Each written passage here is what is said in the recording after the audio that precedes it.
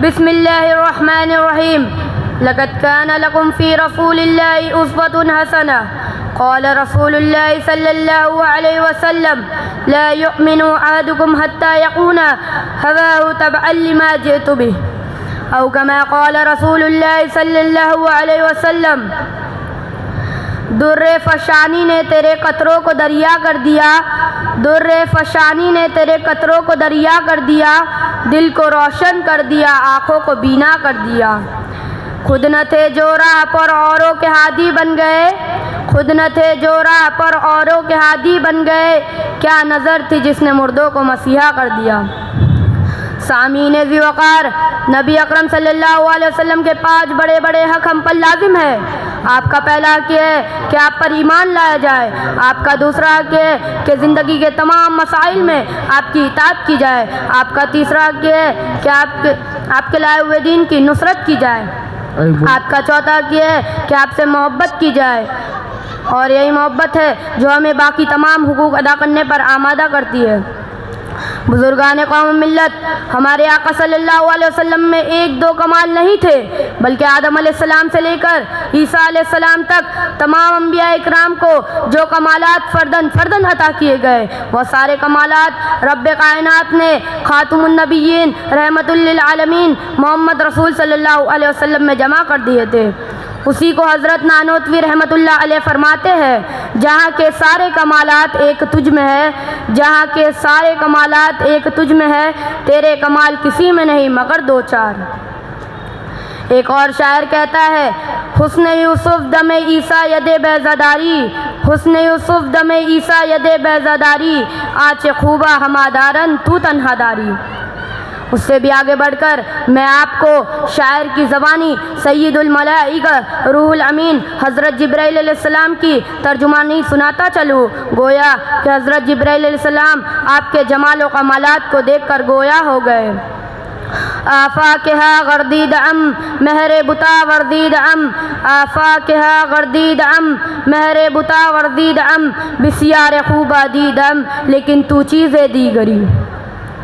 کہ میں کائنات کا چپا چپا پھراؤں، میں نے مشرق و مغرب کی سیاحت کی ہے، میں نے حسن و جمال کے اعلیٰ شاہکار دیکھے ہیں، میں نے ایسے بھی دیکھے ہیں جن کے حسن کی بتوں کی طرح پرستش ہوتی ہے، لیکن اے آمینہ کے لال، جب تیرے رخ انور کو دیکھا تو میں اس نتیجے پر پہنچا کہ تو ایک انوکھے اور بے مثال حسن کا مالک ہے، تو چیز ہی دوسری ہے۔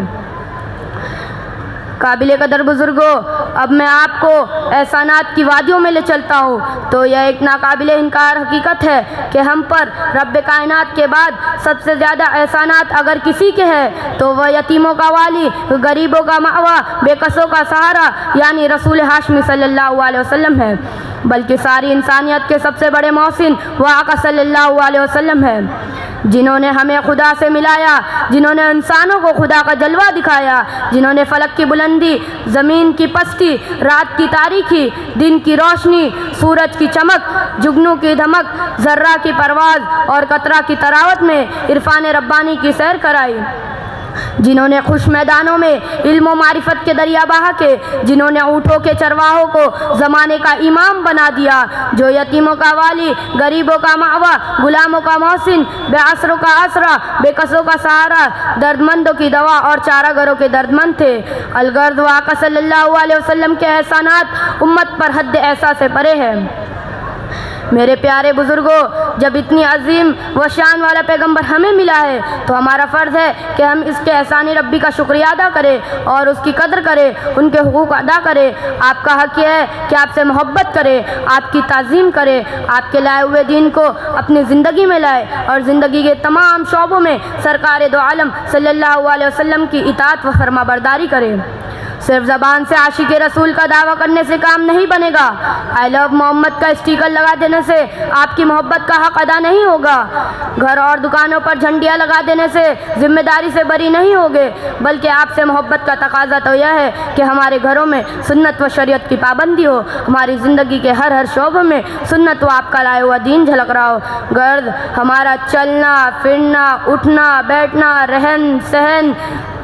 چہرہ، مہرہ، لباس، پوشاک سب آپ کی پاکیزہ تعلیمات کے مطابق ہو۔ اللہ تبارک و تعالی ہم سب کو عمل کی توفیق عطا فرمائے۔ نقش قدم نبی کے ہے جنت کے راستے، نقش قدم نبی کے ہے جنت کے راستے، اللہ سے ملاتے ہیں سنت کے راستے۔ وآخر دعوانا الحمد للہ رب العالمین۔